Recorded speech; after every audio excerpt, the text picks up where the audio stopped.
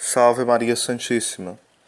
É, eu queria deixar aqui algumas dicas de livros para a gente procurar na medida desse ano, né? Se a gente quer atuar nesse ministério ou pelo menos entender um pouco melhor o mistério e o ministério, melhor dizendo, mais do, não deixa de ser um mistério, né?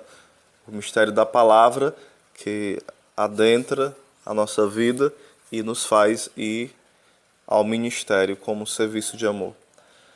Então, o primeiro livro que eu indicaria seria O Mistério da Palavra, que é do Frei Raniero Cantalamessa. O outro livro seria, no caso não é um ministério, é um mistério mesmo, certo? O Mistério da Palavra, é Frei Raniero Cantalamessa, pregador do Papa, edições Canção Nova. Tem Pregadores Ungidos, que é da editora Loyola, Pregadores Ungidos. Muito bom esse livro.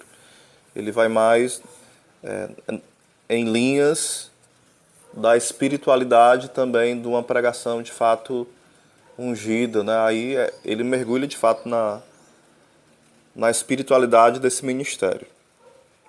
E o terceiro livro seria Servos da Palavra, que é do Rodrigo, que ele terminou há pouco a filosofia, está na teologia já, pelos meados da teologia, ou quase concluindo, não me recordo direito, ou já terminou. Eu tive a graça de ser acompanhado por ele foi meu acompanhador vocacional durante um ano, né? Ele é da comunidade de Shalom, e esse livro está nas edições Shalom, Servos da Palavra. No caso, esse livro é pelas edições Shalom e ele vai falando o esquema da pregação, como montar um esquema, quais as qualidades, quais as virtudes de um pregador. Ele vai mostrando a roupa, dependendo do ambiente, para quem eu vou pregar, como eu vou pregar, o que não fazer, o que fazer, como fazer um esboço, um esqueleto de uma pregação. Esses servos da palavra está nesse sentido.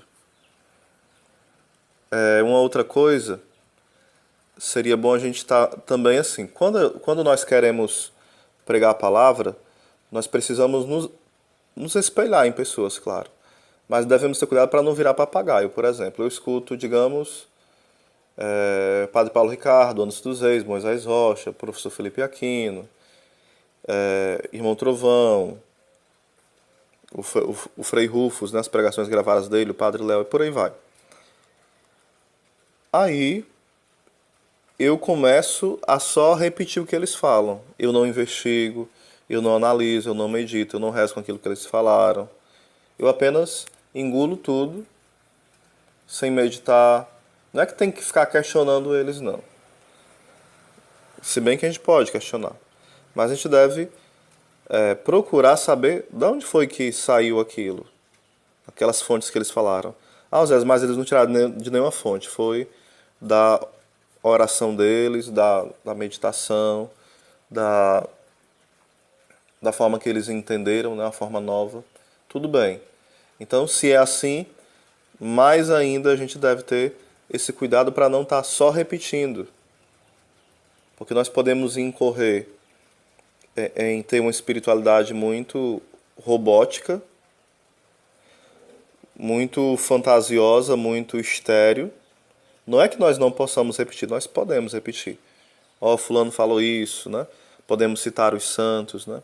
Aqui eu lembro que o Frei Raniero Cantalamessa fala no livro Apaixonados por Cristo, se eu não me engano é o nome desse livro, que fala sobre Francisco de Assis, São Francisco de Assis. Ele falando sobre a humildade, ele falou o seguinte: às vezes nós podemos correr o risco de, falando dos santos, querer os méritos dos santos. Ou seja, só porque eu sei citar frase de santos, pensamentos dele, o raciocínio do santo, a vida dele, eu já me acho santo, só porque eu sei citá-los. Isso seria, no mínimo, pretensioso. Então, a gente deve citar as fontes. Isso se chama honestidade intelectual. Quando a gente escreve algo, cita uma frase, a gente pode até, se a gente adaptar muito a frase, né? A gente pode talvez não colocar a fonte, porque a gente adaptou muito, talvez não sabia como colocar. Mas se a gente coloca uma frase e sabe de onde vem, com certeza, é melhor colocar a fonte. Ou então colocar entre aspas, mostrando que a frase não é nossa, né? se for um texto, né? E quando for pregação é bom citar. Ou então, se não lembrar, pelo menos fale. Algum santo falou isso, algum filósofo, algum teólogo, né? Algum papa. É bom falar. Para não ficar como se a ideia fosse nossa. Seria desonestidade intelectual. Uma outra coisa, eu volto ao que eu estava falando, né? Novamente esse cuidado para não estar imitando a voz, imitando os trejeitos, né? Do pregador. Claro que a gente vai pegando algumas coisas, é normal. Principalmente quando a gente vai começando a pregar. Mas a gente deve ter esse cuidado. Por mais que nós admiremos, escutemos, que talvez a gente escute todo dia esses pregadores, mas a gente deve ter cuidado para não virar apenas alguém que repete sem pensar, sem ruminar na alma, né? Isso. Mas aqui eu volto. É preciso se espelhar nos bons pregadores, sim, viu?